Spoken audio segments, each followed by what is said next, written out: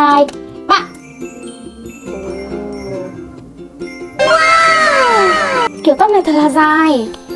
Nào 1, 2, 3, ép. Ôi, lần này tóc bạn ấy đẹp hơn. Đẹp hơn rất nhiều.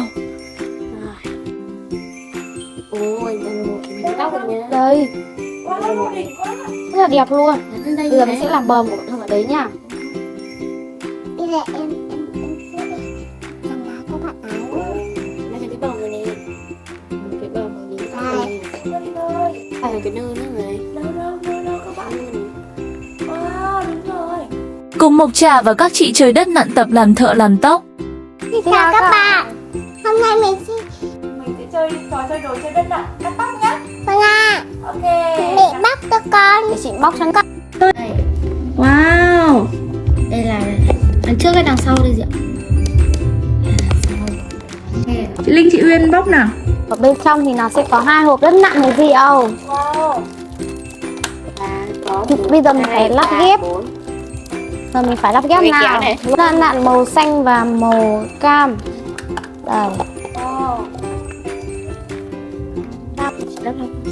Đây là cái tăng đơ thôi.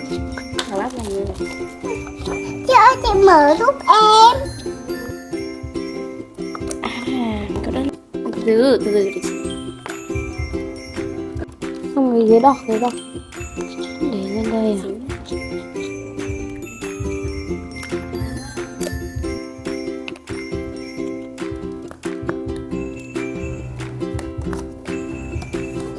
Cả 2 màu vào nhá. Vâng ạ. Nào rượu từ từ thôi. Rồi. Đây. Nhét vào đây đi. Rồi, kéo lên. Rồi.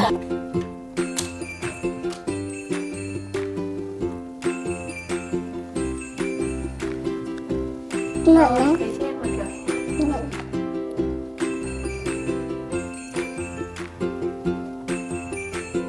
Cho màu cam, giờ cho màu xanh nhá.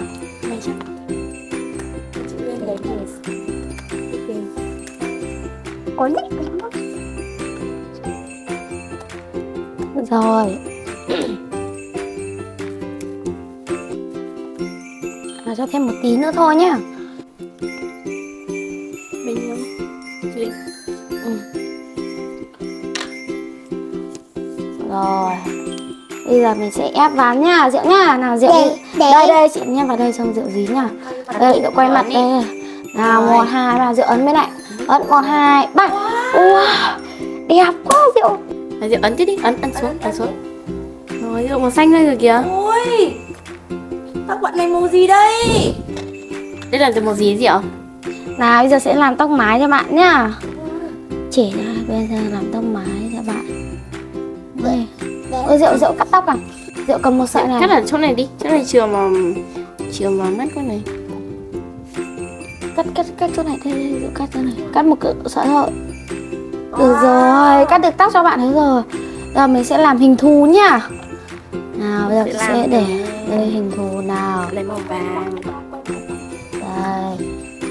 Ép tiếp xem nào. Cho vào. Bây giờ sẽ chỉnh tóc cho bạn nhá.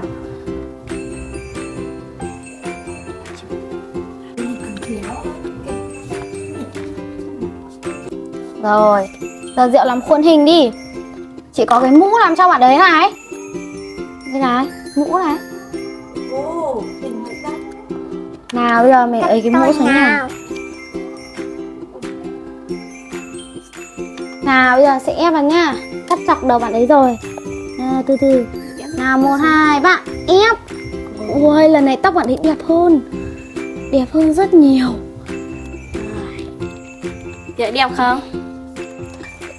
Ui. Rượu cắt kiểu cái má này chưa không? Nào đây.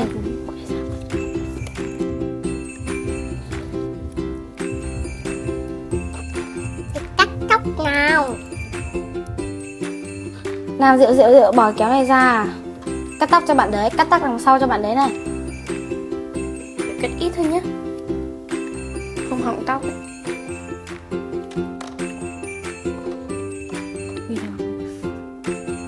Nào đây chị sẽ làm hình khuôn dưới nhá.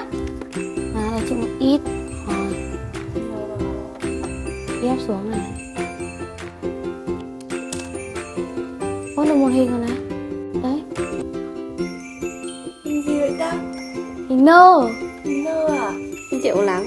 Đấy, để chị đặt Ui, này. Diệu làm một hình đẹp lắm. Đâu hình gì đây? Hình nơ này. Đây, Diệu cho bạn xem đi. À, hình chiếc nơ. À đúng rồi. Không phải đâu, đây là Con bướm đúng không? con bướm á. Cái này Nhầm rồi. Chị Linh này và tóc cho Nhầm bạn. rồi. Mình dính vào đây. Dính vào đây nè. Nào, Dính.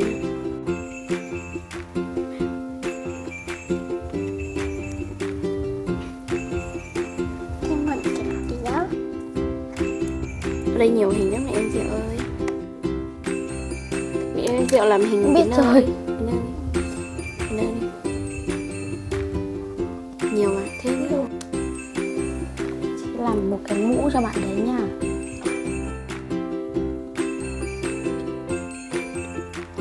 Mũ hay cái râu đây. Cái nơ nữa này.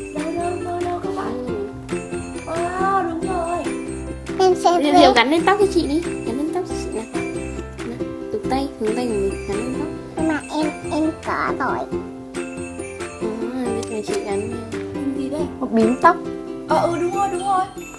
Bím tóc này. Này, cầm lấy đi. Nào, đây là mái tóc của bạn này. Đây của chị đây. Chị đây. Ok. Thế bây giờ mình sẽ làm lại tóc cho bạn đấy nha. Sẽ làm một kiểu tóc đẹp hơn. Nào, 1, 2, 3.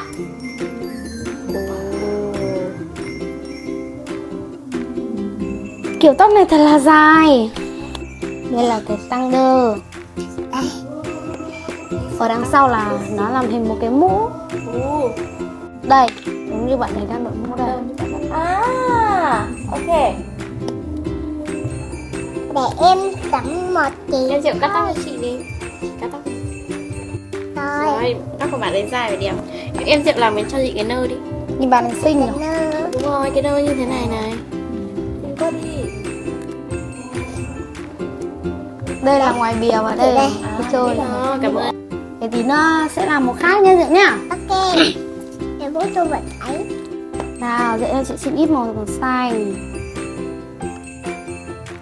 Đây, Diệu dùng tăng đờ làm mũ cho bạn đấy đi. Chị sẽ làm một bím tóc cho bạn đấy. Nha, cho chị xin ít màu cam này. Rồi, cho nó lại vào đây nhá. Ừ. Em Diệu. Nhiều à, đi cho nhiều mà. Chị làm này cho.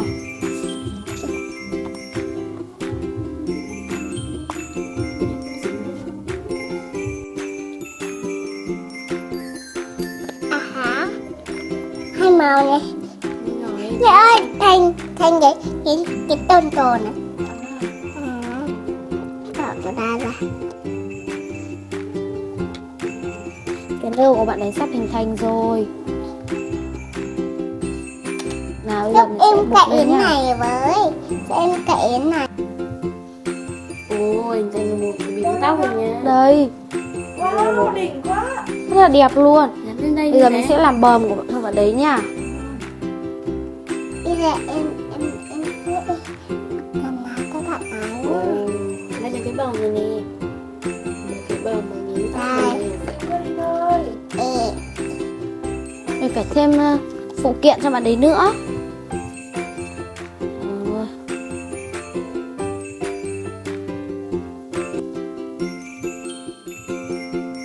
Ôi, đây em rồi.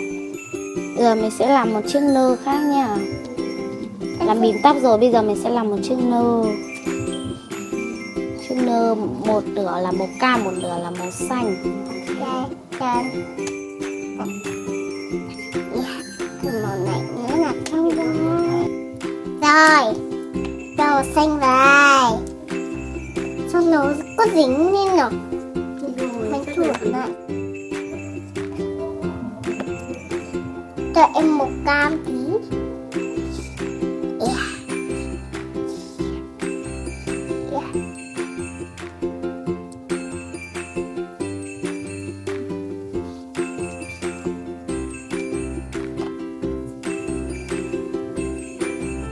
Diệu ơi, nhìn này, chị làm được mô hình con bướm rồi này. Em biết rồi. Xin chào các bạn. Hẹn gặp lại các bạn. clip lần sau. Đi ra lần sau nhé. Bye bye. Bye. Một cái